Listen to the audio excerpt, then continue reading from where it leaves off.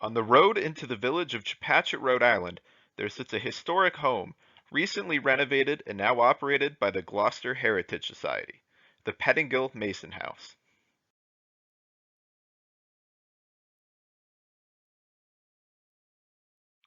The house is named after two men.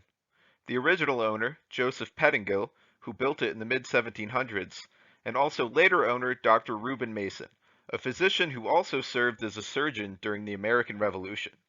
Part of the renovation project, in fact, was to faithfully restore Dr. Mason's medicinal garden as it would have appeared at the time, filling it with plants and other herbs that would have been used in his practice.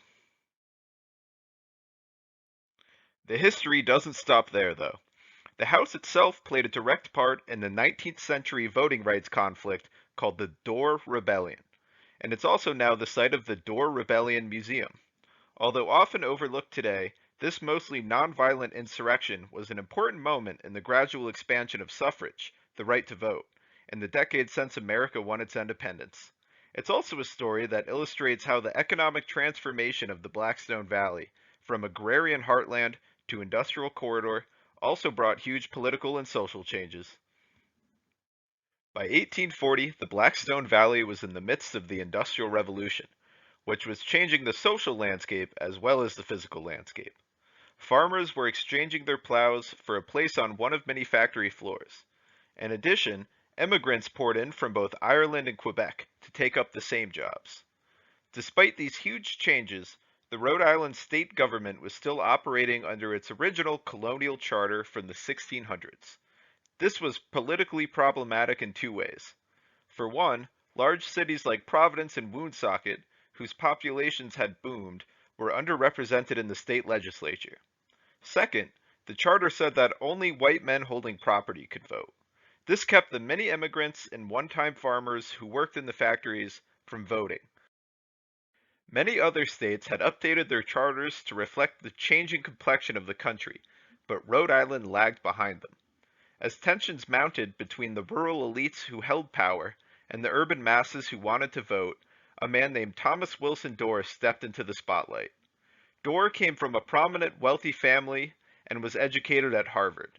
His father was even the co-owner of the Burn Mill Village in Woonsocket. Nevertheless, Dorr was a champion for expanding the right to vote. In the 1830s, Dorr and other politicians had made attempts to amend the colonial charter, but had been blocked each time. In 1841, the established powers in the state legislature drafted a new, slightly more liberal constitution, but it didn't go far enough for Dorr and his supporters.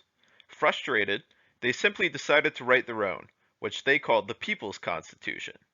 Neither side would back down, and in the following year, 1842, each even elected its own governor. One was Dorr himself, and the other was a man named Samuel Ward King. Although Dorr had more popular support in the state, King was backed by established powers in the state militia. Tensions boiled over in May of 1842, when Dorr led an unsuccessful attack on the arsenal in Providence. The cannon his forces had brought failed to fire, and his men scattered, with no one being hurt. Interestingly, Dorr's own father and younger brother were part of the so-called Charterite forces, those who supported the charter, that were holed up in the arsenal and that he had set out to attack. After this incident, Dorr briefly fled the state before coming back the following month, June. He assembled his forces in northern Rhode Island at a place called Acot Hill in Chepachet. The Pettingill-Mason House stands at the foot of this hill. The state militia was then called in and converged on Acot Hill, where Dorr and his men were dug in. The Pettingill-Mason House was even set up as a field hospital in anticipation of a bloody battle. It would, however, never be used. Dorr realized that he was outnumbered and, not wanting to be responsible for the bloodshed, marched his men to a nearby tavern, where they locked themselves in. When Governor King and the state militia approached the locked tavern, both sides held up their guns, and there was a brief standoff. Thankfully, though, the only injury of the rebellion occurred when one of King's troops fired through the locked keyhole of the door and hit one of the rebels in the leg. After this second standoff, Dorr once again fled the state, but eventually turned himself in to Rhode Island authorities. He was sentenced to a lifetime of hard labor, but was released after only a year, as many thought the sentence was unjust. Despite the messiness of the rebellion, the state legislature realized the extent of popular discontent and passed a new, more liberal constitution that greatly expanded voting rights. Today, the Dorr Rebellion Museum is the finest place to learn about this singular and often overlooked event in the valley and our country's history. Artifacts on display even include the lock and keyhole that were shot during the tavern standoff.